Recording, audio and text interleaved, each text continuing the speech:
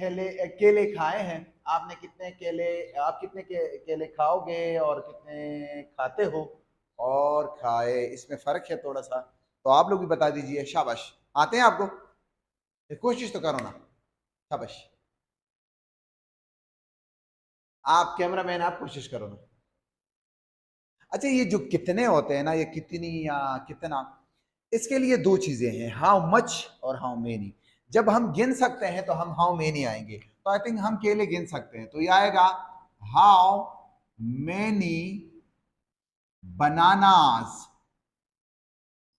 Have you eaten. मतलब आप कितने बनाना खाते हो, खाए हैं, ठीक है।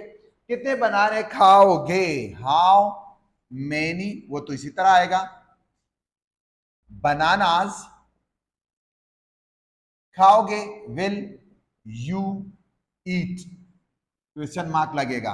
देखो, हाउ मेनी के फौरन बाद हम हेल्पिंग वर्ब लगाएंगे, ये हेल्पिंग वर्ब हो गया। आप कितने केले खाते हो, रोजाना की बात कर रहे हैं, हैबिट की बात कर रहे हैं। How many bananas do you eat, यानी रोजाना खाते हो, सो डू यू ईट। खाओगे, विल यू ईट, खाए हैं, have you eaten, third form है। आपने कितने केले खाए, so how many bananas did you eat, यानी आपने कितने बनाना खाए।